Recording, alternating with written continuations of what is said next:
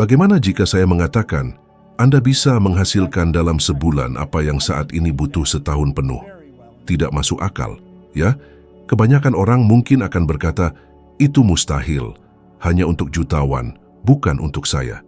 Tapi bagaimana jika kemustahilan itu hanya terasa mustahil karena Anda telah diprogram untuk mempercayainya? Saya juga pernah terjebak dalam keyakinan itu. Saya hanya menghasilkan kurang dari 60 juta rupiah per tahun, bahkan dengan utang yang lebih besar, tanpa gelar, tanpa rencana, dan tanpa arah. Namun, dalam waktu kurang dari 1 tahun, saya sudah menghasilkan lebih dari 75 juta rupiah setiap bulan. Apa yang berubah? Pikiran saya. Bukan pekerjaan, bukan pemerintah, bukan ekonomi. Cara berpikir saya. Kebanyakan orang percaya mereka sedang maju karena mereka bergerak, tapi ada perbedaan besar antara pergerakan dan kemajuan. Bertahun-tahun saya butuh untuk memahami hal ini. Sebagian besar hidup saya habiskan dengan keyakinan bahwa bekerja lebih keras adalah jalan menuju kebebasan. Saya datang lebih awal, pulang lebih malam, bangga karena selalu sibuk, tapi jauh di lubuk hati saya tahu ada sesuatu yang salah. Karena meskipun semua upaya sudah dilakukan, hasilnya tetap sama. Rasanya seperti berlari di treadmill, banyak gerakan, nol kemajuan. Berapa kali Anda merasakan hal ini? Bahwa Anda sudah berusaha sekuat tenaga, tapi skenario di sekitar Anda tidak berubah? Bahwa sesuatu selalu terasa kurang, bahkan ketika Anda melakukan semua yang seharusnya Anda lakukan. Itu karena dunia tidak menghargai usaha, dunia menghargai nilai. Ketika Anda mulai memahami ini, segalanya berubah. Saya ingat mengamati orang-orang yang penghasilannya 10 kali lipat dari saya, tapi waktu kerjanya lebih sedikit. Itu membingungkan dan bahkan membuat saya marah. Saya pikir itu tidak adil. Tapi seiring waktu, saya menyadari bahwa hidup ini bukan tentang keadilan, ini tentang hukum mental dan spiritual yang setepat gravitasi. Dan salah satunya berbunyi, Anda akan dibayar sesuai nilai yang Anda berikan, bukan berapa banyak waktu yang Anda curahkan. Nilai adalah apa yang Anda mampu hasilkan untuk dunia, dan dunia merespon sesuai dengan kegunaan dan kelangkaan nilai tersebut. Masalahnya adalah, kebanyakan orang telah dilatih untuk berpikir seperti karyawan bergaji per jam. Sejak usia dini, kita belajar bahwa semakin banyak jam kita bekerja, semakin besar imbalan yang kita pantas dapatkan. Dan ini menciptakan jebakan tak terlihat. Kita mengaitkan nilai dengan kelelahan. Kita berpikir bahwa semakin lelah kita, semakin produktif kita. Tapi ini adalah kebohongan berbahaya. Sains menunjukkan bahwa otak manusia tidak dirancang untuk kelelahan terus-menerus. Sebuah studi yang diterbitkan Harvard Business Review mengungkap bahwa produktivitas dan waktu kerja tidak memiliki hubungan linear setelah titik tertentu. Setiap jam tambahan secara drastis mengurangi kejernihan mental, kreativitas, dan kemampuan mengambil keputusan. Dan inilah poin yang mengubah segalanya. Dunia membayar untuk kejelasan, bukan untuk kebingungan. Untuk solusi, bukan untuk usaha. Saat saya membersihkan kantor, bukan semata-mata menggosok kain yang membuat saya berkembang, melainkan pemahaman tentang cara memberikan hasil terbaik dalam waktu sesingkat-singkatnya dengan efisiensi maksimal. Inilah kekuatan sejati pikiran kreatif untuk berpikir tentang bagaimana melakukan lebih baik dan bukan hanya tentang melakukan lebih banyak, tapi disinilah kesalahan terbesar yang sering orang buat muncul. Mereka mengacaukan sibuk dengan produktif. Mereka beralih dari satu tugas ke tugas lain tanpa pernah berhenti bertanya, apakah ini mendekatkan saya pada apa yang saya inginkan? Mereka terjebak dalam siklus bertahan hidup, bukan pertumbuhan. Dan tahukah Anda apa yang lebih licik lagi? Pikiran beradaptasi. Ketika Anda hidup dalam kesibukan yang konstan, ia mulai berpikir itu normal. Dan tanpa disadari, Anda menjadi kecanduan pada gangguan, kecanduan pada urgensi, kecanduan untuk selalu melakukan sesuatu.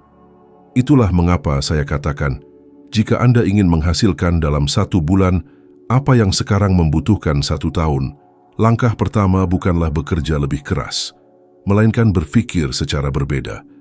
Ini tentang berhenti dan mengamati tindakan Anda. Mana yang benar-benar menghasilkan? Mana yang hanya membuat Anda sibuk? Otak manusia adalah mesin yang luar biasa, tapi ia bekerja seperti cermin. Ia merefleksikan apa yang Anda yakini. Jika Anda percaya bahwa kekayaan adalah buah dari pengorbanan dan penderitaan, pikiran Anda akan menemukan cara untuk mewujudkannya. Tapi jika Anda percaya bahwa kekayaan adalah konsekuensi dari pertumbuhan pribadi dan nilai yang dihasilkan, otak Anda akan mulai mencari peluang yang selaras dengan ide tersebut. Ahli saraf di Stanford University menemukan bahwa otak secara fisik bereaksi terhadap pola pikir yang berulang. Saat Anda mengulang suatu keyakinan dalam jangka waktu cukup lama, ia menciptakan jalur saraf semacam jalan mental yang kemudian menjadi otomatis. Jadi jika selama bertahun-tahun Anda percaya bahwa uang hanya didapat dengan penderitaan, wajar jika Anda secara tidak sadar menyabotase peluang sederhana dan kreatif untuk berkembang, hanya karena peluang itu tidak terlihat cukup sulit. Saya mengalaminya. Saat saya memulai bisnis pembersih, saya percaya bahwa satu-satunya cara untuk makmur adalah bekerja sampai mati. Jadi, semakin banyak klien yang saya miliki, semakin lelah saya. Tapi tidak ada yang berubah. Sampai suatu hari saya berhenti dan bertanya pada diri sendiri, bagaimana jika saya mencoba memenangkan permainan dengan aturan yang salah? Pertanyaan itu membebaskan saya. Saya menyadari bahwa rahasia sebenarnya bukanlah melakukan lebih banyak, melainkan menjadi lebih sadar, lebih disiplin, lebih intensional. Karena ketika Anda mengubah tingkat kesadaran Anda, dunia Anda juga berubah bersamanya. Saya ingin Anda merenungkan hal ini sekarang. Berapa jam dalam sehari Anda yang benar-benar didedikasikan untuk menciptakan nilai? Dan berapa banyak yang hanya reaksi otomatis terhadap tekanan eksternal? Jalan menuju kemakmuran tidak dimulai dari jam, ia dimulai dari pikiran. Apa yang menentukan penghasilan Anda bukanlah berapa banyak waktu yang Anda jual, tapi berapa banyak nilai yang Anda ciptakan dalam waktu itu. Ketika Anda memahami ini secara mendalam, Anda akan menyadari sesuatu yang menarik. Ada orang yang dengan jumlah jam yang sama dalam satu hari, menghasilkan hasil 100 kali lipat lebih besar, bukan karena mereka lebih pintar, tapi karena mereka fokus pada penciptaan nilai, bukan pada pengisian jam kerja. Mereka tidak hidup berdasarkan tugas, mereka hidup berdasarkan tujuan. Jadi jika apa yang Anda lakukan hari ini tidak membawa Anda ke tempat yang Anda inginkan, mungkin itu bukan karena kurangnya usaha, mungkin itu karena kurangnya arah. Rahasia adalah menyalurkan energi Anda, bukan membuangnya. Hidup tidak membayar Anda untuk bergerak, ia membayar Anda untuk maju. Dan kemajuan dimulai ketika Anda memutuskan untuk berhenti bertindak seperti seseorang yang hanya bertahan hidup dan mulai bertindak seperti seseorang yang menciptakan. Saya masih ingat bau asap dari pemadam kebakaran dan suara radio yang samar-samar terdengar saat saya membersihkan lantai. Saya tidak punya rencana, tidak punya ambisi. Saya bangun setiap hari dengan keyakinan bahwa itulah hidup saya, dan yang terbaik yang bisa saya lakukan hanyalah bertahan hidup.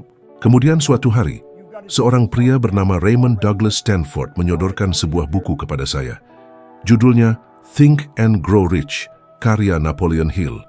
Dia menatap mata saya dan berkata, lakukan persis seperti yang ada di sini, dan semuanya akan berubah. Saya tidak langsung percaya, tetapi ada sesuatu dalam cara dia berbicara, sebuah keyakinan yang sudah lama tidak saya lihat. Saya membawa buku itu pulang dan mulai membacanya tanpa sepenuhnya mengerti apa yang saya lakukan. Saya hanya tahu bahwa dengan keadaan saya yang sekarang, saya tidak ingin terus begini. Beberapa halaman pertama sudah membuat saya penasaran. Napoleon Hill mengatakan bahwa segala sesuatu yang dapat dibayangkan dan dipercayai oleh pikiran manusia dapat dicapai.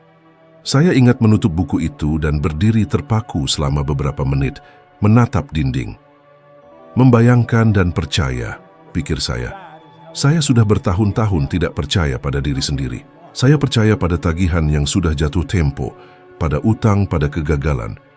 Pikiran saya adalah gema dari segala sesuatu yang tidak berhasil. Tapi, untuk pertama kalinya, saya mulai bertanya pada diri sendiri, bagaimana jika saya salah? Bagaimana jika hidup saya hanyalah hasil dari keyakinan yang saya pupuk? Malam itu, sesuatu berubah dalam diri saya. Itu bukan pencerahan mendadak. Itu adalah kebangkitan yang sunyi.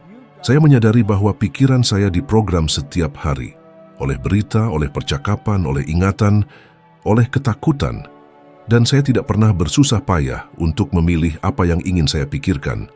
Saya adalah produk dari kebetulan. Jadi saya memutuskan sesuatu yang sederhana. Jika saya sudah menghabiskan begitu banyak waktu memikirkan apa yang tidak saya inginkan, mengapa tidak mencoba yang sebaliknya? Saya mulai bangun lebih awal sebelum berangkat kerja untuk membaca dan membaca ulang buku itu. Saya mengulang frasa dengan keras seolah-olah saya mencoba meyakinkan alam bawah sadar saya sendiri. Saya adalah pencipta takdir saya. Awalnya, itu tampak konyol. Rekening bank saya tidak mengonfirmasinya. Realitas saya juga tidak. Tetapi, seiring waktu, saya menyadari bahwa perubahan itu tidak bersifat eksternal. Itu bersifat internal. Setiap hari fokus saya bergeser dari apa yang saya takuti dan mulai terpaku pada apa yang saya inginkan. Pada titik inilah saya memahami salah satu kebenaran terbesar dalam hidup saya. Dunia tidak merespons apa yang Anda inginkan. Ia merespons apa adanya diri Anda. Selama saya melihat diri saya sebagai pria yang terlilit utang, bingung, dan terbatas, alam semesta mengembalikan persis seperti itu kepada saya. Tetapi ketika saya mulai melihat diri saya sebagai makmur, mampu, dan pantas, peluang mulai muncul. Orang-orang yang tidak pernah saya bayangkan akan saya temui melintas di jalan saya. Ide-ide yang tadinya mustahil mulai masuk akal. Dan inilah sesuatu yang saya temukan seiring waktu.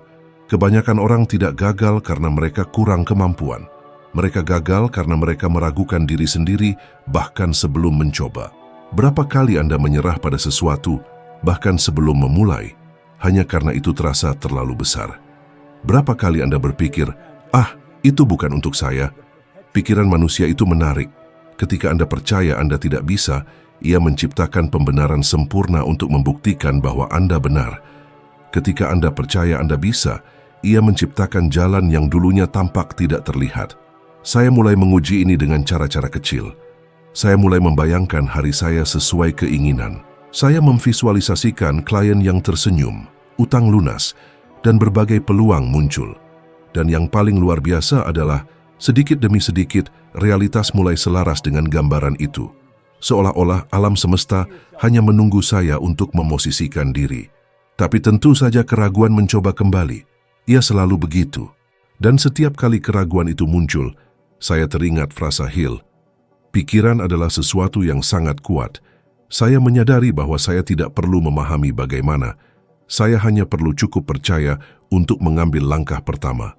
Ketika Anda mengubah apa yang Anda pikirkan, Anda mengubah apa yang Anda rasakan. Dan ketika Anda mengubah apa yang Anda rasakan, Anda mengubah apa yang Anda lakukan. Dan ketika Anda mengubah apa yang Anda lakukan, Anda pasti akan mengubah apa yang Anda miliki. Saya tidak lolos dari kemiskinan dalam semalam. Ada hari-hari sulit, ada kemunduran, ada ketakutan. Namun, di setiap hari itu, saya memutuskan untuk gigih, mempertahankan pola pikir yang baru. Dan keputusan itulah yang diulang ratusan kali yang menarik saya keluar dari kesulitan. Pikiran manusia ibarat otot. Semakin Anda melatih pikiran baru, semakin kuat pula pikiran itu. Saya belajar bahwa iman bukanlah percaya ketika semuanya tampak menguntungkan. Iman adalah mempertahankan fokus Anda ketika semuanya tampak bertentangan. Ini adalah keyakinan bahwa ada aliran kelimpahan yang konstan dan Anda hanya perlu menyelaraskan getaran Anda dengannya. Itulah titik balik yang sesungguhnya. Momen ketika Anda menyadari bahwa Anda tidak berada di bawah belas kasihan keadaan Anda yang menciptakannya. Itulah yang terjadi pada saya. Hari saya menerima buku itu bukan hanya awal dari babak baru. Itu adalah akhir dari kisah lama. Sejak saat itu saya mengerti bahwa rahasia kekayaan tidak pernah berada di luar. Ia selalu ada di dalam diri. Karena sebelum saya bisa mengubah saldo bank saya perlu mengubah pemikiran dominan saya. Sebelum menghasilkan lebih banyak uang, saya perlu mendapatkan kejelasan. Sebelum sejahtera, saya perlu mengizinkan diri saya untuk percaya. Dan ini mungkin adalah pelajaran terdalam yang pernah saya pelajari. Perubahan yang Anda cari secara eksternal dimulai dalam ketenangan pikiran Anda sendiri. Uang adalah energi dalam gerak. Ia tidak pernah berhenti. Ia selalu mengalir, dan yang paling mengejutkan adalah bahwa ia mengalir persis ke arah pikiran yang menariknya. Napoleon Hill lah yang mengajari saya bahwa kekayaan tidak pernah terkumpul di tangan mereka yang hidup dengan rasa takut, rasa bersalah, atau kebencian, karena perasaan-perasaan ini menghalangi aliran kelimpahan yang alami. Dan saya mempelajarinya dengan cara yang sulit. Selama bertahun-tahun, saya hidup seolah-olah ada kekuatan tak terlihat yang menarik saya mundur. Saya bekerja lebih keras dari sebelumnya, tetapi itu seperti mencoba mengisi ember yang bocor. Uang datang, tetapi ia menghilang. Dan semakin saya mencoba mempertahankannya, semakin ia terlepas. Saya tidak mengerti bahwa saya berenang melawan arus. Pikiran saya terfokus pada kelangkaan, dan ini menyebabkan setiap keputusan yang saya buat dipandu oleh ketakutan. Ketakutan akan kehilangan, ketakutan akan merasa tidak cukup, ketakutan akan mencoba dan gagal. Dan ketika Anda hidup dalam keadaan itu, seolah-olah seluruh tubuh Anda berfungsi untuk bertahan hidup, bukan untuk berkembang. Sains mengonfirmasi hal ini. Penelitian yang dilakukan di MIT dan University of Toronto menunjukkan bahwa ketika seseorang terus-menerus memikirkan kekurangan atau bahaya, sistem limbik yang bertanggung jawab atas respons ketakutan dan pelestarian diri diaktifkan.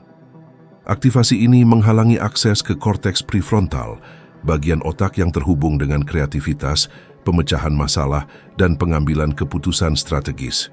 Ini berarti bahwa ketika Anda memikirkan kelangkaan, otak Anda sendiri mengurangi kapasitas Anda untuk menemukan peluang. Ini seperti mengemudi mobil dengan rem tangan ditarik dan bertanya-tanya, mengapa Anda tidak bergerak maju? Saya hidup persis seperti itu. Ada hari-hari ketika saya merasa sama sekali tidak mampu melihat jalan keluar. Saya ingat berada di rumah, dikelilingi oleh tagihan-tagihan yang jatuh tempo, dan bertanya pada diri sendiri, mengapa rasanya semakin keras saya berusaha, semakin banyak hal yang salah? Jawabannya ada di dalam diri saya. Saya memberi makan pikiran-pikiran tentang kekurangan setiap hari, dan pikiran adalah benih. Mereka berkecambah di alam bawah sadar dan tumbuh menjadi kenyataan. Uang, saya temukan, tidak tertarik oleh kebutuhan, ia tertarik oleh harmoni. Ayah adalah aliran, dan untuk mengaksesnya Anda perlu bergetar pada frekuensi yang sama. Dan frekuensi itu disebut rasa syukur, iman, dan kelayakan diri. Hari saya memahami hal ini, hubungan saya dengan uang berubah sepenuhnya. Saya berhenti melihatnya sebagai sesuatu yang jauh dan mulai melihatnya sebagai cerminan dari apa yang saya rasakan tentang diri saya sendiri. Jika saya merasa tidak layak, ia menjauh. Jika saya merasa percaya diri dan damai, ia mengalir. Namun ini bukan sekadar filosofi, ini adalah fisika mental. Segala yang Anda pancarkan akan kembali. Pikiran dan emosi adalah energi, dan setiap emosi memiliki frekuensi yang dapat diukur. Para peneliti di HeartMath Institute menemukan bahwa perasaan seperti rasa syukur, cinta, dan sukacita menciptakan pola koheren dalam medan elektromagnetik jantung, sementara ketakutan dan kemarahan menciptakan pola kacau. Koherensi ini meningkatkan pengambilan keputusan, meningkatkan intuisi, dan menempatkan Anda dalam kondisi mental yang lebih kondusif untuk kemakmuran. Ketika Anda berada dalam harmoni internal, Anda mulai melihat peluang yang selalu ada, tetapi pikiran Anda yang stres tidak mampu merasakannya. Itulah persis yang terjadi pada saya. Dulu saya melihat dunia dan berpikir, tidak ada peluang, semuanya sulit. Tetapi ketika saya mulai melatih pikiran saya untuk fokus pada apa yang saya inginkan dan bukan pada apa yang saya takuti, pintu-pintu mulai terbuka. Klien muncul dari tempat-tempat yang tidak terduga. Ide-ide yang dulunya tampak konyol mulai menghasilkan hasil yang konkret. Saya tidak menarik ini melalui sihir. Saya hanya bergeser dari getaran kekurangan dan memasuki aliran penciptaan. Ingat, uang tidak bermoral dan tidak pula tidak bermoral. Ia tidak memiliki emosi. Ia hanya memperkuat siapa diri Anda. Jika Anda adalah orang yang bersyukur, ia memperbesar rasa syukur Anda. Jika Anda murah hati, ia memperluas kemurahan hati Anda. Tetapi jika Anda dipandu oleh ketakutan, ia memperkuat ketakutan itu. Dan itulah mengapa begitu banyak orang, bahkan setelah menjadi kaya, terus merasakan kelangkaan. karena masalahnya tidak pernah pada saldo bank. Itu adalah pemrograman mental. Kelimpahan sama seperti udara selalu tersedia. Tidak ada yang mempertanyakan apakah oksigen akan habis saat mereka bernapas, tetapi ketika berbicara tentang uang, kebanyakan orang hidup dalam ketakutan bahwa itu tidak akan cukup. Ketakutan ini menciptakan penghalang tak terlihat yang membuat aliran terblokir. Ketika Anda mulai memahami bahwa uang hanyalah bentuk energi dan bahwa energi ini merespons keadaan emosional Anda berhenti melawannya. Saya belajar untuk mempercayai aliran itu. Ini tidak berarti tidak bertanggung jawab, tetapi itu berarti bertindak dari iman, bukan dari kecemasan. Itu berarti memahami bahwa ketika Anda berpikir dan bertindak dari keyakinan bahwa ada cukup untuk semua orang, Anda berhenti bersaing dan mulai menciptakan. Saya ingat suatu hari saat masih awal dalam bisnis saya, ketika saya tidak memiliki uang sepeser pun untuk membayar tagihan listrik berikutnya. Saya bisa saja putus asa, tetapi saya memilih untuk melakukan sesuatu yang berbeda. Saya duduk menutup mata dan bersyukur atas apa yang sudah saya miliki, meskipun itu sedikit. Saya bersyukur atas atap di atas kepala saya, atas makanan sederhana, atas kesempatan untuk mencoba lagi. Beberapa hari kemudian, sebuah peluang tak terduga muncul. Kontrak pembersihan yang membayar saya cukup tidak hanya untuk melunasi utang-utang saya, tetapi juga untuk berinvestasi kembali. Itu mengajari saya bahwa rasa syukur adalah akselerator kelimpahan. Ketika Anda bersyukur, Anda mengakui kehadiran kebaikan, dan alam semesta merespons dengan lebih banyak lagi. Ketika Anda mengeluh, Anda fokus pada ketiadaan, dan alam semesta memberi Anda lebih banyak hal yang sama. Aliran uang mengikuti prinsip yang persis sama. Ia pergi ke tempat ada penerimaan dan lari dari tempat ada perlawanan. Itulah mengapa saya sering berkata, berhentilah memikirkan apa yang kurang dan mulailah memikirkan apa yang mengalir. Berhentilah melihat apa yang telah Anda hilangkan dan lihatlah apa yang bisa Anda ciptakan. Karena ketika Anda mengubah arah fokus Anda mengubah arah arus. Dan saat Anda menyelaraskan diri dengan aliran kemakmuran, apa yang dulunya tampak mustahil mulai terwujud secara alami. Rahasia itu bukanlah mengejar uang, itu adalah berhenti menghalanginya, karena ia selalu berusaha mencapai Anda. Tetapi pertanyaannya adalah, apakah Anda mengalir bersamanya atau berenang melawan arus? Ambil pena dan kertas, tuliskan. Dengan segala kejujuran yang Anda miliki, apa yang sebenarnya Anda yakini tentang uang, bukan apa yang ingin Anda yakini, tetapi apa yang Anda rasakan jauh di lubuk hati. Apakah Anda berpikir uang sulit didapatkan? Bahwa ia adalah akar dari segala kejahatan? Bahwa orang kaya itu serakah, dingin, atau tidak jujur? Jika salah satu dari frasa ini terdengar akrab, Anda baru saja menemukan hambatan pertama yang mencegah Anda untuk sejahtera. Karena apa yang Anda yakini tentang uang menentukan berapa banyak dolar yang Anda izinkan masuk ke dalam hidup Anda. Saya menemukan ini ketika saya mulai mempelajari bagaimana pikiran saya membentuk realitas saya. Saya percaya bahwa menginginkan uang itu salah. Saya merasa bersalah karena menginginkan kenyamanan, dan tanpa sadar, saya menjauhkan setiap peluang yang akan mendekatkan saya kepadanya. Seolah-olah satu bagian dari diri saya berteriak, saya ingin sejahtera, dan bagian lain yang lebih dalam berbisik, saya tidak pantas mendapatkannya. Kontradiksi ini membuat saya terjebak, dan yang paling menakutkan adalah saya bahkan tidak menyadarinya. Pikiran itu cerdik. Ia menciptakan alasan-alasan yang elegan untuk menyembunyikan keyakinan-keyakinan destruktif. Anda berkata pada diri sendiri bahwa Anda tidak peduli pada uang. Tetapi jauh di lubuk hati yang Anda rasakan adalah ketakutan tidak akan pernah punya cukup. Perubahan dimulai ketika saya mulai mengamati pikiran-pikiran saya sendiri. Saya memperhatikan bahwa setiap kali seseorang sejahtera di sekitar saya merasakan sedikit kecemburuan. Itu halus, tetapi ada di sana. Dan yang tidak saya sadari adalah bahwa perasaan ini menciptakan getaran penolakan. Bagaimana uang bisa datang kepada saya jika saya bereaksi negatif setiap kali saya melihat seseorang mencapai apa yang saya klaim inginkan? Saya perlu mendidik ulang pikiran saya. Saya mengganti kecemburuan dengan kekaguman, penilaian dengan rasa ingin tahu, dan keraguan dengan iman. Saya mulai melakukan latihan sederhana. Setiap kali saya melihat seseorang yang sukses, saya berkata dalam hati, "Terima kasih telah menunjukkan kepada saya apa yang mungkin." Ini mungkin terlihat kecil, tetapi frasa itu saja mulai melarutkan bertahun-tahun keyakinan yang salah.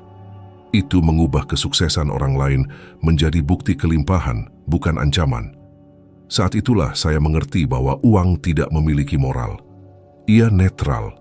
Ia hanya memperkuat apa yang sudah ada di dalam diri Anda. Jika Anda murah hati, ia memperkuat kemurahan hati Anda. Jika Anda tidak aman, ia memperkuat ketakutan. Oleh karena itu, pemrograman ulang mental sangat penting. Anda perlu menyesuaikan apa yang Anda pikirkan dan rasakan sebelum perubahan eksternal, apapun dapat terjadi.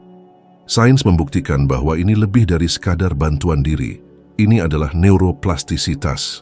Penelitian dari Stanford University menunjukkan bahwa otak mampu menciptakan koneksi saraf baru ketika terpapar pada pola pikiran yang berbeda.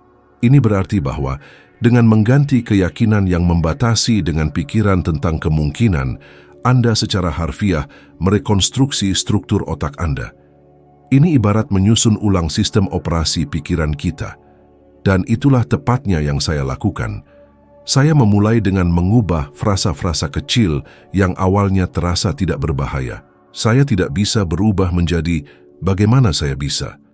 Ini sulit menjadi apa yang perlu saya pelajari untuk mencapainya.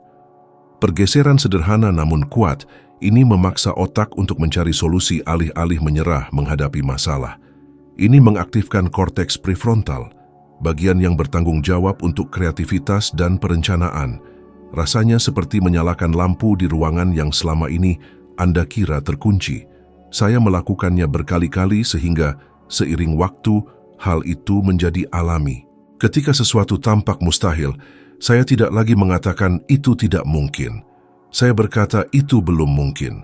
Dan satu kata belum itu menciptakan celah bagi kemungkinan untuk masuk. Namun, hal paling menarik adalah menyadari bagaimana emosi memengaruhi pemrograman ulang ini. Otak tidak merekam pikiran yang terisolasi, ia merekam emosi yang terkait dengannya. Itulah mengapa mengulang afirmasi tanpa merasakan apapun tidak akan berhasil. Anda perlu merasakan kebenaran dari apa yang Anda ucapkan. Ketika saya mulai membayangkan diri saya makmur, itu bukan sekadar visualisasi yang dingin. Saya mencoba merasakan kelegaan, ketenangan, dan kebebasan yang direpresentasikan oleh gambaran itu. Dan perasaan ini, yang diulang hari demi hari, mulai menciptakan getaran baru di dalam diri saya. Contoh nyata dari hal ini terjadi selama masa krisis. Saya sedang berusaha menutup kontrak penting, tetapi klien ragu-ragu. Di masa lalu saya akan membiarkan rasa takut mendominasi. Saya akan berpikir, bagaimana jika dia menolak? Bagaimana jika saya kehilangan kesempatan ini? Namun pada hari itu, saya menarik napas dalam-dalam, menyelaraskan pikiran saya dengan gagasan bahwa saya pantas mendapatkannya, dan alih-alih memohon, saya menyampaikan keyakinan. Klien segera menutup kontrak. Saya tidak mengubah argumen, saya mengubah frekuensi. Inilah kekuatan pikiran yang telah diprogram ulang. Ketika Anda berhenti bereaksi karena rasa takut dan mulai bertindak karena keyakinan, realitas merespon secara berbeda. Seolah-olah alam semesta hanya menunggu Anda menjadi selaras dengan apa yang Anda minta. Dan keselarasan tidak diciptakan dengan keputusasaan. Itu diciptakan dengan konsistensi. Saya selalu memberitahu orang-orang, amati apa yang Anda rasakan ketika Anda memikirkan uang. Jika kecemasan, rasa bersalah, atau penolakan muncul, itu adalah tanda bahwa keyakinan lama sedang mengendalikan aliran Anda. Dan langkah pertama untuk memutusnya adalah kesadaran. Anda tidak dapat mengubah apa yang tidak Anda kenali. Dari titik itu, mulailah mengganti pola kelangkaan dengan pola kemungkinan. Ketika muncul pikiran, ini terlalu sulit, tanyakan, sulit bagi siapa? Ketika ketakutan akan kegagalan datang, tanyakan, apa yang akan saya pelajari jika ini salah? Ketika rasa bersalah muncul, ingatlah, Anda tidak mengambil apapun dari siapapun dengan menjadi makmur. Anda hanya memperluas apa yang mungkin bagi semua orang. Pemrograman ulang mental bukanlah sebuah peristiwa, itu adalah sebuah proses. Ini adalah pelatihan harian yang sunyi namun kuat. Dan semakin Anda melatihnya, semakin alami rasanya untuk hidup selaras dengan kelimpahan. Karena pada akhirnya, uang tidak pernah menjadi tujuan, itu adalah cerminan. Pekerjaan sebenarnya adalah mengubah citra internal yang Anda miliki tentang diri Anda. Dan ketika citra itu berubah, segala sesuatu di sekitar Anda juga berubah. Ada hukum yang mengatur kemakmuran dengan presisi yang sama, seperti gravitasi mengatur pergerakan planet-planet. Itu adalah hukum kompensasi. Ketika saya menemukannya, saya menyadari bahwa uang bukanlah hadiah untuk kerja keras. Itu adalah cerminan langsung dari nilai yang Anda tawarkan kepada dunia. Hukum ini menjelaskan mengapa sebagian orang tampaknya menghasilkan uang dengan mudah, sementara yang lain berjuang sepanjang hidup mereka dan tetap terjebak di tempat yang sama. Ini tidak ada hubungannya dengan keberuntungan. Ini ada hubungannya dengan nilai. Dan nilai ditentukan oleh 3 faktor yang tidak bisa ditawar. Kebutuhan akan apa yang Anda lakukan, keterampilan Anda dalam melakukannya, dan sulitnya menggantikan Anda. Ketika saya memahami ini, semuanya menjadi jelas. Poin pertama adalah kebutuhan. Segala sesuatu yang dibutuhkan dunia memiliki nilai potensial. Makanan, transportasi, kesehatan, pendidikan, hiburan, semua ini akan selalu diminati. Namun, kebanyakan orang percaya mereka perlu menciptakan sesuatu yang sepenuhnya baru untuk menjadi kaya. Ini adalah kesalahpahaman. Anda tidak perlu menciptakan kebutuhan baru. Anda perlu memenuhi kebutuhan yang ada dengan lebih baik, lebih cepat, lebih efisien, atau lebih menginspirasi daripada orang lain. Saya belajar ini dalam bisnis pertama saya ketika saya mulai membersihkan kantor. Ada ratusan perusahaan yang menawarkan layanan yang sama. Tapi saya menyadari bahwa kebanyakan hanya memberikan yang paling dasar, sekadar cukup untuk mendapatkan bayaran. Saya memutuskan untuk memberikan keunggulan. Dan keputusan itulah yang mengangkat saya keluar dari mediokritas. Poin kedua adalah keterampilan. Semakin Anda menjadi kompeten, semakin besar daya tawar Anda dengan alam semesta. Karena alam semesta menghargai penguasaan, dan penguasaan tidak ada jalan pintasnya. Saya mempelajari setiap detail dari keahlian saya, produk pembersih, waktu ideal untuk setiap jenis lantai, teknik untuk mengoptimalkan pekerjaan. Saya mengamati siapa yang lebih baik dari saya dan belajar. Dalam waktu singkat, saya bukan lagi sekadar seseorang yang membersihkan. Saya adalah seseorang yang menguasai seni memberikan nilai. Perbedaan antara mereka yang berpenghasilan sedikit dan mereka yang berpenghasilan banyak adalah tingkat penguasaan, bukan posisi. Ini adalah kedalaman dengan mana Anda memberikan. Namun rahasia sebenarnya terletak pada poin ketiga. Sulitnya digantikan. Ketika Anda mudah digantikan, pasar menentukan nilai Anda.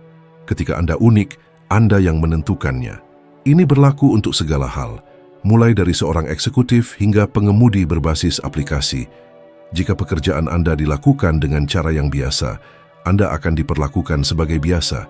Tetapi jika Anda menjadi tak tergantikan, Anda memasuki permainan yang berbeda. Dunia mulai mencari Anda, bukan sebaliknya. Saya ingat satu klien yang saya miliki saat itu. Dia menelepon saya dan berkata, "Bob, saya tidak ingin ada orang lain yang membersihkan kantor saya selain Anda." Itu melekat dalam pikiran saya, karena pada saat itu saya menyadari apa artinya menjadi tak tergantikan. Saya bukan hanya penyedia layanan, saya adalah jaminan standar.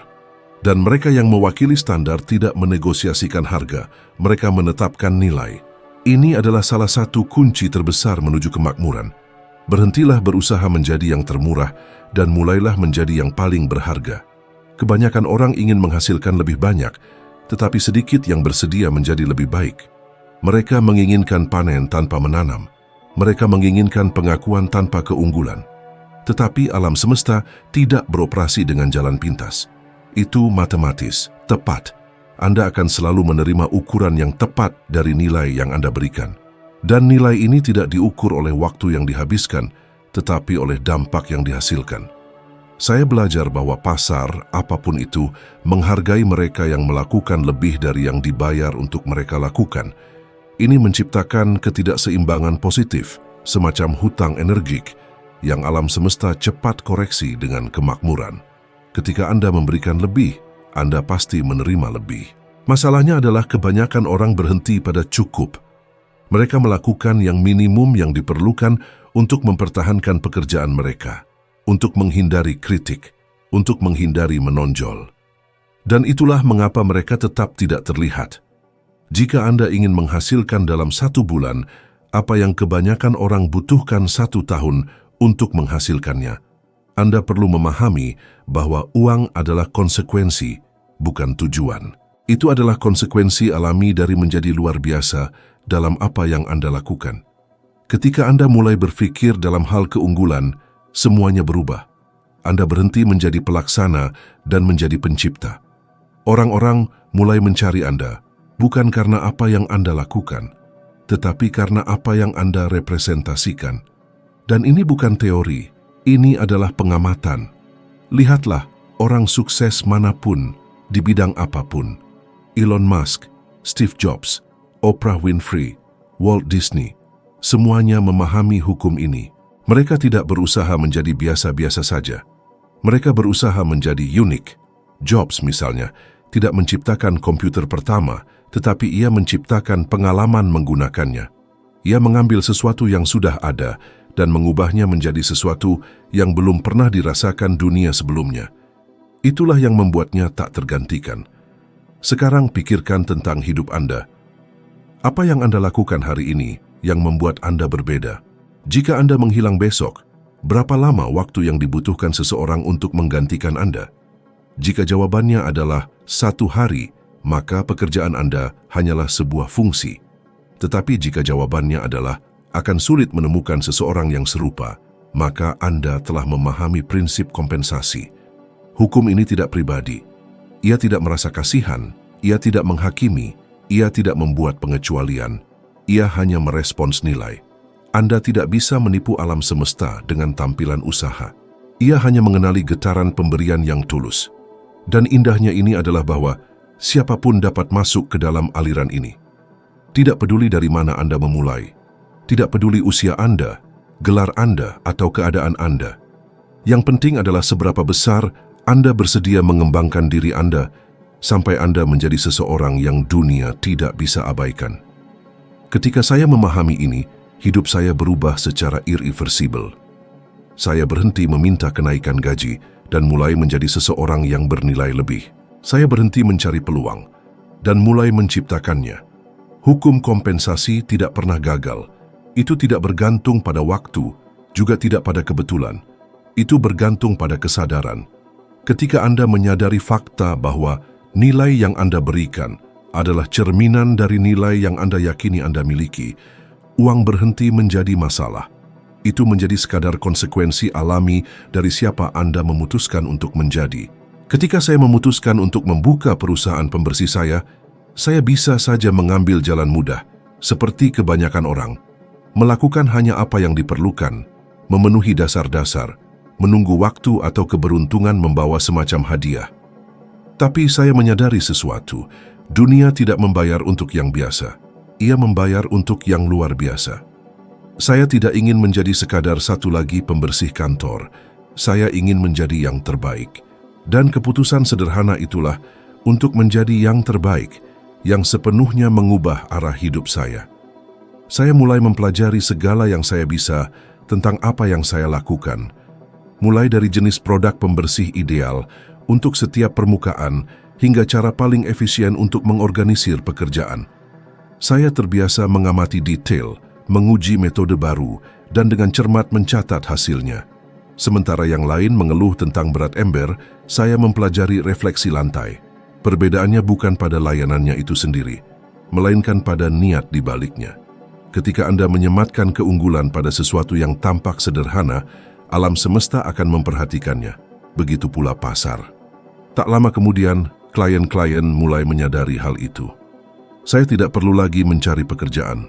Peluang-peluang justru mulai mendatangi saya. Saya teringat satu panggilan telepon tertentu. Seorang pengusaha berkata kepada saya, "Bob, saya tidak menginginkan perusahaan lain. Saya menginginkan perusahaan Anda." Pada hari itu, saya menyadari bahwa keunggulan menciptakan daya tarik. Ketika Anda berkomitmen untuk menjadi yang terbaik, Anda berhenti mengejar peluang dan mulai menariknya. Namun, Menjadi unggul bukan berarti melakukan yang terbaik hanya ketika ada yang mengawasi. Ini tentang terus-menerus melakukan yang terbaik, bahkan ketika tidak ada yang melihat. Ini adalah disiplin yang sunyi, dan disinilah kebanyakan orang menyerah, karena keunggulan menuntut kesabaran, konsistensi, dan keyakinan. Orang-orang menginginkan hasil yang cepat, tetapi mereka lupa bahwa emas baru muncul setelah Anda menggali cukup dalam. Kenyataannya, dunia ini penuh dengan individu-individu yang cakap, tetapi sangat sedikit yang benar-benar berkomitmen pada penguasaan. Dan merekalah sedikit orang itu yang benar-benar mendominasi permainan sains juga mengonfirmasi hal ini.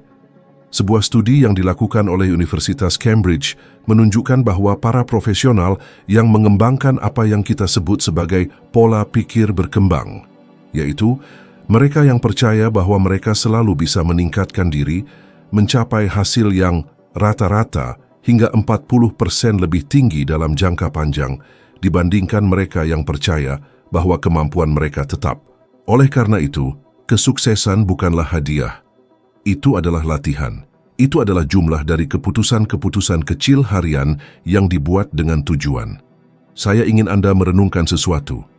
Kapan terakhir kali Anda memberikan 100% diri Anda untuk sesuatu tanpa mengharapkan pengakuan instan? Kapan terakhir kali Anda mendekati pekerjaan Anda seolah-olah itu adalah bentuk seni? Karena memang itulah adanya. Setiap kerajinan memiliki potensi untuk menjadi seni ketika Anda melaksanakannya dengan gairah, rasa ingin tahu, dan rasa hormat terhadap prosesnya. Dan sikap inilah yang memisahkan yang biasa-biasa saja dari yang luar biasa. Saya pernah bertemu dengan seorang pelayan di Los Angeles yang mengajari saya hal ini dengan cara yang brilian.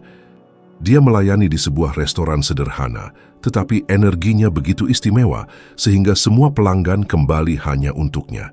Dia mengingat nama setiap orang, mengantisipasi pesanan mereka, dan tersenyum dengan ketulusan yang murni. Suatu hari, dia memberitahu saya bahwa hanya dari tip, dia menghasilkan lebih dari $70.000 setahun.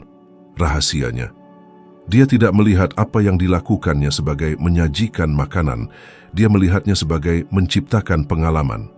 Dia telah mengubah pekerjaan biasa menjadi tindakan keunggulan, dan kehidupan membalasnya dengan setimpal. Ketika Anda memutuskan untuk beroperasi pada level itu, uang berhenti menjadi fokus dan menjadi konsekuensi. Karena alam semesta itu matematis, ia selalu membalas apa yang diberikan dengan berlimpah. Dan keunggulan adalah kelimpahan dalam tindakan. Ini mengomunikasikan kepada dunia bahwa Anda menghormati apa yang Anda lakukan, Anda menghormati mereka yang Anda layani, dan Anda menghormati siapa diri Anda. Dan rasa hormat, ketika datang dari jiwa, diterjemahkan menjadi kemakmuran. Namun jangan salah mengira keunggulan dengan kesempurnaan. Kesempurnaan adalah jebakan, keunggulan adalah kemajuan yang konstan. Ini tentang melakukan lebih baik hari ini daripada yang Anda lakukan kemarin. Ini tentang mengoreksi apa yang bisa disesuaikan, mempelajari apa yang belum Anda ketahui, dan melanjutkan bahkan ketika tidak ada yang mengakui usaha Anda. Karena pada awalnya tidak ada yang melihat. Benih tumbuh dalam kegelapan. Saat tidak ada yang bertepuk tangan, disitulah karakter sejati ditempa. Dan itulah mengapa, jika apa yang saya katakan sejauh ini sesuai dengan Anda, saya ingin meminta sesuatu dari Anda. Klik suka dan berlangganan sekarang. Bukan karena itu membantu saluran ini, tetapi karena itu adalah cara bagi Anda untuk menegaskan kepada diri sendiri. Saya berkomitmen untuk menjadi unggul. Gerakan kecil ini adalah simbolis. Ini adalah tindakan keputusan. Dan keputusan ketika selaras dengan tujuan menciptakan momentum. Keunggulan adalah pilihan yang mendefinisikan kembali takdir. Ini menuntut Anda untuk berhenti membandingkan diri dengan orang lain dan mulai meningkatkan diri sendiri. Bahwa Anda mengganti keluhan dengan rasa ingin tahu. Bahwa Anda berhenti bertanya, mengapa saya tidak bisa? Dan mulai bertanya, bagaimana saya bisa meningkatkan diri? Ketika Anda melakukan ini, hidup Anda berubah. Karena energi yang Anda pancarkan berubah. Dan dunia selalu mengembalikan apa yang Anda getarkan. Saya memulai dengan membersihkan lantai, dan akhirnya mengajar jutaan orang di seluruh dunia. Bukan karena alam semesta memilih untuk berpihak kepada saya, tetapi karena saya memilih untuk menjadi lebih baik setiap hari. Keunggulan adalah satu-satunya jalan yang menjamin kebebasan Anda. Dan ironisnya, semakin Anda berkomitmen padanya, semakin sedikit usaha yang akhirnya perlu Anda kerahkan. Karena seluruh dunia mulai mengenali Anda sebagai sumber nilai. Dan nilai, ingat, selalu menemukan cara untuk dihargai. Untuk waktu yang lama, saya percaya bahwa kesuksesan bergantung pada bakat, kecerdasan, atau koneksi. Namun, semakin saya mengamati individu-individu yang benar-benar makmur, semakin saya menyadari ada sesuatu yang jauh lebih kuat yang berperan. Itu bukan IQ, bukan pula gelar, atau sekadar kebetulan. Itu adalah pola pikir. Cara orang-orang ini berpikir dan bereaksi terhadap tantangan sangatlah berbeda. Sementara kebanyakan melihat rintangan sebagai tanda untuk menyerah, mereka melihatnya sebagai undangan untuk tumbuh. Perbedaan halus dalam berpikir inilah yang memisahkan mereka yang sekadar bertahan hidup dari mereka yang benar-benar makmur. Dan sains telah membuktikan ini. Penelitian dari Universitas Cambridge dan Stanford menunjukkan bahwa faktor paling penting untuk kesuksesan jangka panjang bukanlah kecerdasan bawaan, melainkan apa yang disebut pola pikir berkembang. Keyakinan bahwa Anda dapat berevolusi melalui usaha dan latihan yang disengaja. Ketika saya membaca studi-studi ini, saya menyadari bahwa pada kenyataannya saya telah mengalami hal ini tanpa memiliki nama untuknya. Ketika saya memulai bisnis saya tidak tahu apa-apa tentang administrasi. Saya hanya menyelesaikan pendidikan sekolah menengah atas selama 2 bulan, dan satu-satunya hal yang saya tahu cara melakukannya dengan baik adalah bekerja keras. Tapi ada sesuatu dalam diri saya yang menolak untuk menerima gagasan bahwa saya terbatas. Jadi saya memutuskan untuk belajar. Dan yang lebih penting, saya memutuskan untuk belajar setiap hari. Kebiasaan sederhana ini, yaitu meningkatkan diri sedikit demi sedikit setiap hari, menjadi fondasi dari semua yang saya bangun. Saya ingin Anda membayangkan sesuatu. Jika selama 1 tahun penuh, Anda meningkatkan diri hanya 1% setiap hari dalam keterampilan apapun, berbicara di depan umum, penjualan, organisasi, kreasi, kepemimpinan, pada akhir 12 bulan, Anda tidak akan menjadi 36% lebih baik, melainkan lebih dari 37 kali lebih baik. Ini adalah matematika eksponensial yang diterapkan pada pikiran manusia. Kebanyakan orang meremehkan kekuatan konsistensi. Mereka menginginkan hasil yang instan dan besar, dan ketika mereka tidak melihatnya, mereka menyerah. Namun, pengulangan yang sunyi, praktik yang disengaja, dan komitmen terhadap kemajuanlah yang membangun para ahli. Saya ingat suatu periode ketika perusahaan saya mulai berkembang pesat. Saya menghasilkan lebih banyak uang daripada yang pernah saya bayangkan, tetapi saya mulai merasa bahwa saya telah stagnan. Saya masih melakukan hal yang sama dengan cara yang sama. Dan saya menyadari bahwa saya mengulangi pola yang diikuti begitu banyak orang, mencapai tingkat kenyamanan tertentu dan menghentikan evolusi mereka. Jadi saya membuat keputusan yang mengubah segalanya lagi. Saya kembali belajar. Saya mempelajari kepemimpinan, psikologi, penjualan, spiritualitas, perilaku manusia. Saya membaca dan menerapkan. Dan setiap kali saya melakukan ini, ide-ide baru muncul, pintu-pintu baru terbuka, dan kesadaran saya meluas. Karena itulah yang dilakukan pengetahuan, itu memperluas persepsi, dan ketika persepsi meluas, dunia pun meluas bersamanya. Namun kebalikannya juga benar. Ketika pikiran tertutup, dunia menyempit. Peluang masih ada, tetapi Anda tidak melihatnya. Dan itulah mengapa banyak orang bekerja keras, tetapi tetap stagnan. Mereka percaya masalahnya adalah dunia di luar, padahal sebenarnya penyumbatan itu ada di dalam diri. Sebuah studi yang diterbitkan di Harvard Business Review menunjukkan bahwa orang-orang yang mendedikasikan setidaknya 30 menit sehari untuk mempelajari sesuatu yang baru meningkatkan peluang mereka untuk mendapatkan promosi dan gaji yang lebih baik hingga 50%. Bukan karena mereka tahu lebih banyak, tetapi karena mereka berpikir secara berbeda. Pembelajaran yang konstan menciptakan sesuatu yang saya sebut kepercayaan diri berkelanjutan. Itu bukan kepercayaan diri yang dangkal, yang bergantung pada pujian atau hasil instan. Itu adalah kepercayaan diri internal yang berasal dari kepastian bahwa tidak peduli apa yang terjadi, Anda akan mampu belajar dan beradaptasi. Dan itu membebaskan.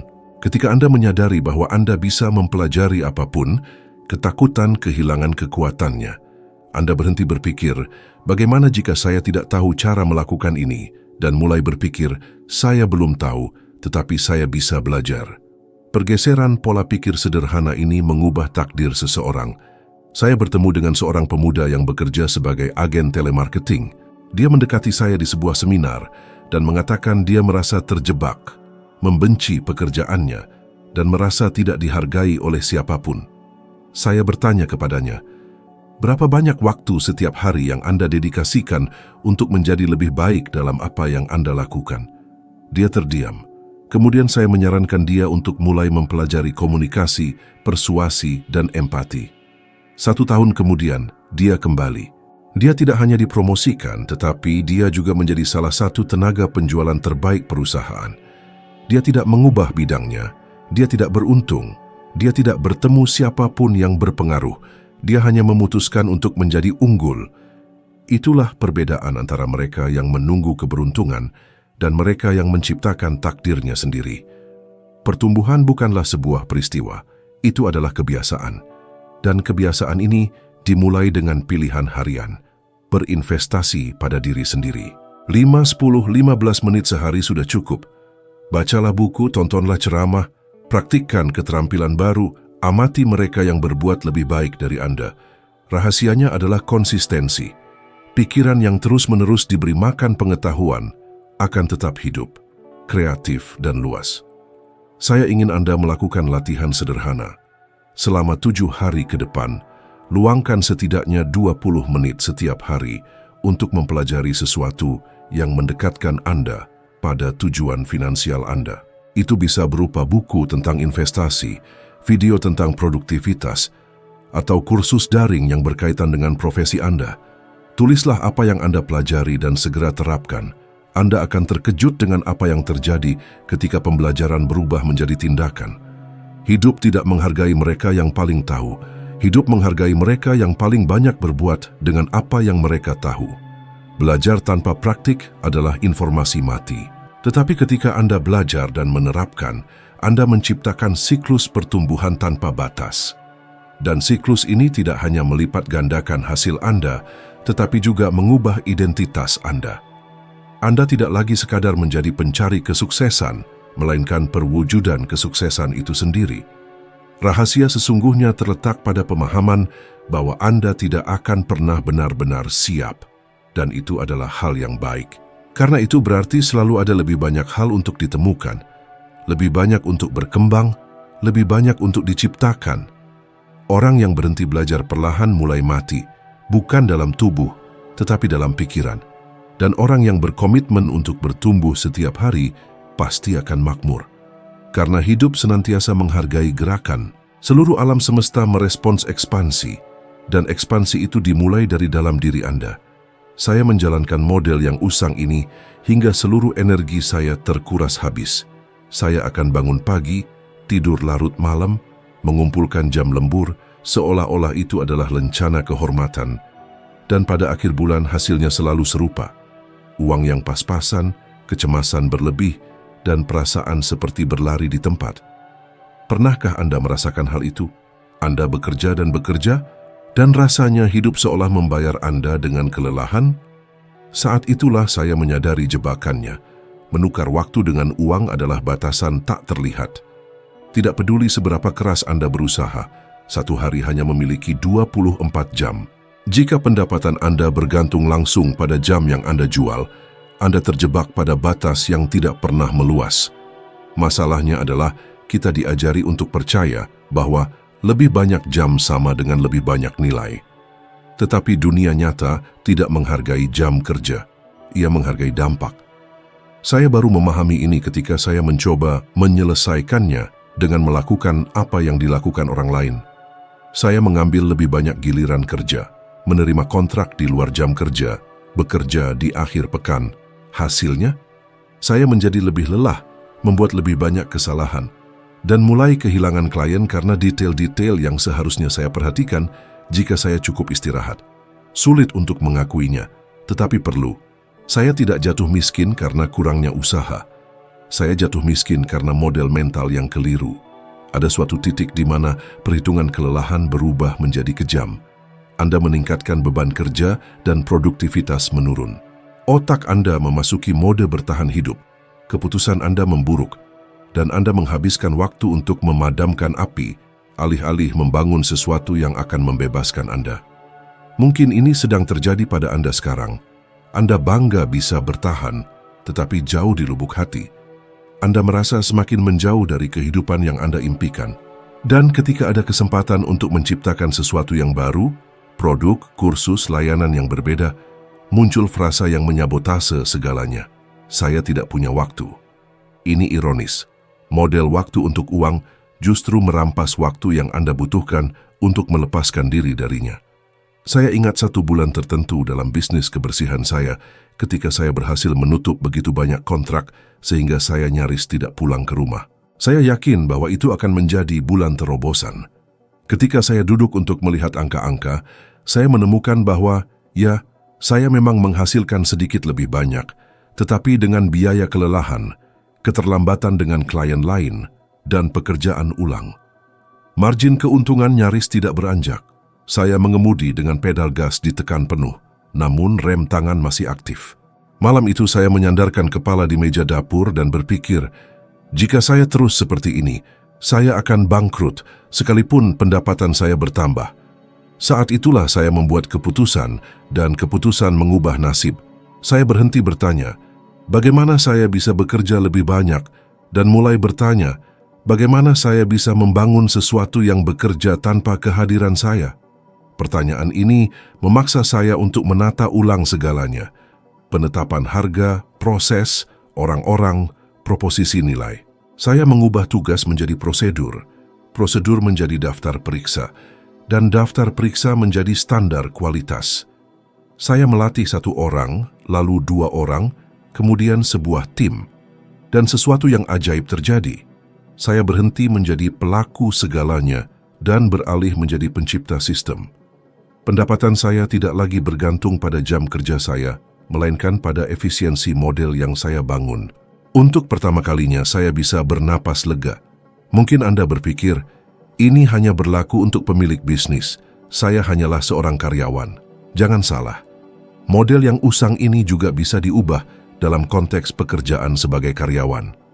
Ketika Anda berhenti menjual jam kerja dan mulai menjual hasil, Anda mengubah kategori. Orang yang menjual jam kerja adalah biaya. Orang yang menjual hasil adalah investasi. Yang pertama akan dipangkas perusahaan, yang kedua akan dipromosikan. Bagaimana Anda melakukan transisi ini? Petakan apa yang benar-benar memberikan dampak signifikan dalam pekerjaan Anda. Pelajari cara mengukur dan membuktikan dampak tersebut. Lalu ajukan tujuan berdasarkan hasil, bukan berdasarkan kehadiran semata. Pada saat yang sama, mulailah mengembangkan keterampilan yang dapat diperluas, sesuatu yang bisa berubah menjadi produk, konsultasi, lisensi, komisi, atau royalti. Presentasi yang bisa menjadi ceramah, metode yang bisa menjadi kursus, laporan yang bisa menjadi template, proses yang bisa menjadi perangkat lunak sederhana. Begitulah cara Anda membuka celah pertama untuk keluar dari jalur waktu ditukar uang. Ada poin lain yang hampir tidak dibicarakan orang, biaya tersembunyi dari kebiasaan mengatakan ya untuk segalanya. Setiap ya terhadap jam kerja berbayar adalah tidak terhadap pembangunan aset. Aset adalah hal-hal yang terus bekerja, bahkan saat Anda berhenti. Panduan, corong penjualan, sepotong konten, basis klien, otomatisasi, portofolio bukti. Model yang usang ini membuat Anda terlalu sibuk mencari pembayaran instan sehingga Anda tidak pernah menanam apa yang akan menghasilkan selamanya. Dan itulah mengapa 1 bulan menjadi 1 tahun dan 1 tahun menjadi 1 dekade. Dan Anda mendapati diri Anda mengulang frasa, ketika saya punya waktu, saya akan melakukannya. Saya harus menghadapi kenyataan ini secara langsung. Selama saya terus mengejar bayaran per jam, Saya akan selalu menjadi yang terakhir menerima, dan yang pertama, kelelahan. Saya memutus siklus itu dengan aturan sederhana yang saya pegang hingga hari ini. Menyisihkan waktu yang sakral dan tak bisa ditawar untuk membangun sesuatu yang menghasilkan pendapatan tanpa kehadiran saya. Pada awalnya, itu adalah 30 menit sehari. 30 menit untuk menulis naskah presentasi, menyusun brosur yang bisa menjual sendiri, mendokumentasikan proses agar orang lain bisa menjalankannya, atau mempelajari cara berjualan dalam skala besar.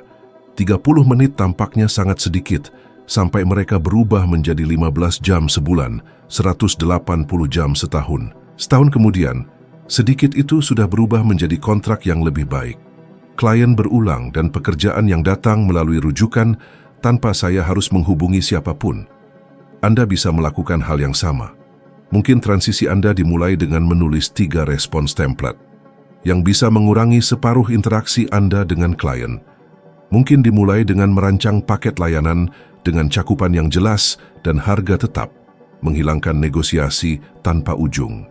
Mungkin dimulai dengan menghubungkan alat otomatisasi yang mengirimkan email tindak lanjut tanpa Anda perlu mengingatnya. Atau mungkin lebih sederhana, naikkan harga Anda, kurangi janji, dan gandakan kualitas yang diberikan.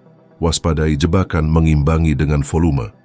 Volume tanpa margin hanyalah cara yang canggih untuk membuat diri Anda kelelahan. Saya juga belajar untuk mengajukan pertanyaan yang mengubah agenda apapun. Jika saya tidak bisa bekerja lebih banyak lagi, bagaimana saya akan menghasilkan lebih banyak? Pertanyaan ini memaksa Anda untuk berpikir dalam hal margin, bukan usaha, proses, bukan ketergesaan, nilai yang dirasakan, bukan kuantitas. Ini memaksa Anda untuk melihat beberapa tuas yang benar-benar penting. Posisi, janji, bukti, harga, produk. Ketika Anda meningkatkan tuas-tuas ini, pekerjaan yang sama menjadi bernilai lebih. Dan klien pun berterima kasih karena mereka menerima nilai yang lebih baik. Jika Anda menginginkan langkah konkret sekarang, lakukan inventarisasi jujur atas minggu Anda. Ambil waktu 7 hari dan catat, setiap setengah jam, apa yang sedang Anda lakukan. Pada akhirnya, beri kode warna untuk apa yang menghasilkan uang langsung, apa yang membangun aset, dan apa yang hanya merupakan gangguan.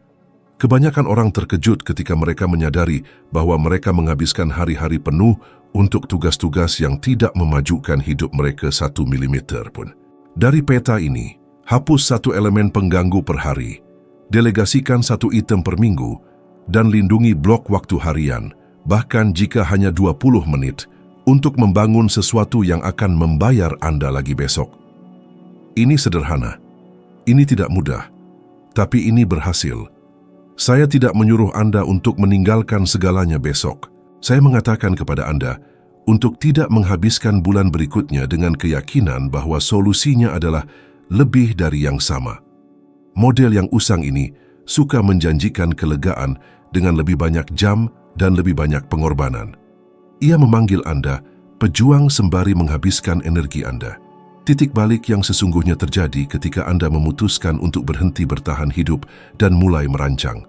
Anda keluar dari peran roda gigi dan masuk ke peran seorang arsitek. Sejak saat itu, setiap jam tidak lagi dijual melainkan diinvestasikan. Dan ketika jam-jam Anda menjadi investasi, seluruh hidup Anda mengubah tingkat pengembaliannya.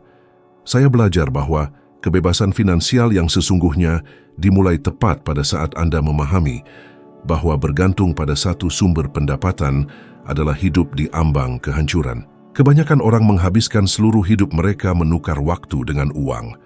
Dan ketika mereka mencoba untuk membebaskan diri, mereka masuk ke model lain yang sama terbatasnya, yaitu menginvestasikan sisa uang yang sedikit ke dalam investasi yang nyaris tidak menutupi inflasi. Karena mereka tidak memahami apa yang mereka lakukan. Saya juga membuat kesalahan itu. Saya menabung sebisanya, berinvestasi tanpa kejelasan, dan frustrasi karena tidak ada yang berubah. Saat itulah saya menemukan model ketiga, satu-satunya yang mampu menciptakan kemakmuran abadi, model aliran pendapatan ganda. Model ini bukan tentang bekerja lebih banyak, melainkan tentang menciptakan sistem yang bekerja untuk Anda. Perbedaannya brutal. Orang berpikir bahwa memiliki beberapa pendapatan berarti memiliki beberapa pekerjaan. Itulah yang menghabiskan energi, bukan yang melipat gandakannya. Kekuatan sejati terletak pada pembangunan sumber-sumber yang tidak bergantung pada waktu Anda. Saluran, produk, ide, layanan, konten, atau struktur yang terus menghasilkan bahkan saat Anda berhenti. Ketika saya menyadari ini, saya mulai berpikir berbeda. Bagaimana saya bisa melakukan sesuatu satu kali dan dibayar berkali-kali untuk itu? Pertanyaan ini membuka dunia baru. Pikirkan tentang sebuah buku. Penulis menulis satu kali, tetapi dibayar setiap kali ada yang membelinya. Pikirkan tentang sebuah lagu. Komposer merekam satu kali dan menerima royalti setiap kali lagu itu diputar. Inilah prinsip yang diabaikan kebanyakan orang. Dan hari ini, dengan internet, model ini belum pernah semudah ini diakses. Anda bisa mengajarkan sesuatu yang Anda kuasai, membuat kursus, e-book, komunitas, saluran, produk digital. Anda bahkan bisa mengubah apa yang Anda ketahui menjadi layanan otomatis. Rahasianya bukanlah menjadi seorang jenius teknologi, melainkan memahami nilai pengulangan. Ketika Anda menciptakan sesuatu yang bernilai dan dapat direplikasi, Anda akan memiliki lebih banyak waktu dan jangkauan Anda pun meluas. Saya bertemu seorang wanita di sebuah seminar. Ia sudah pensiun, hidup dari penghasilan yang pas-pasan, namun punya satu gairah, memasak. Ia mulai merekam resep-resep sederhana dengan ponselnya. Awalnya, hanya teman-teman saja yang menonton. Beberapa bulan kemudian, ia memiliki ribuan pengikut, meluncurkan e-book resep untuk pemula. Dan dalam waktu kurang dari 1 tahun, hobi kecil itu menghasilkan uang lebih banyak daripada seluruh penghasilan pensiunnya. Kisah ini bukanlah pengecualian. Ini adalah cerminan kekuatan inisiatif. Ia tidak lagi muda, tidak punya latar belakang teknis, tetapi ia memiliki sesuatu yang tersedia bagi siapa saja, sebuah permulaan. Namun, yang terpenting adalah memahami bahwa model ini mengubah cara Anda memandang pekerjaan.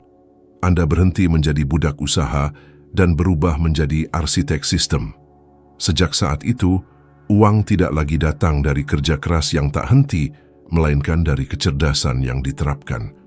Dan tidak ada perasaan yang lebih membebaskan daripada melihat sesuatu yang Anda ciptakan terus berkembang, bahkan saat Anda tidur. Saya ingat pertama kali ini terjadi pada saya. Sebuah program pelatihan yang saya rekam bertahun-tahun sebelumnya mulai menghasilkan penjualan di negara-negara yang belum pernah saya kunjungi.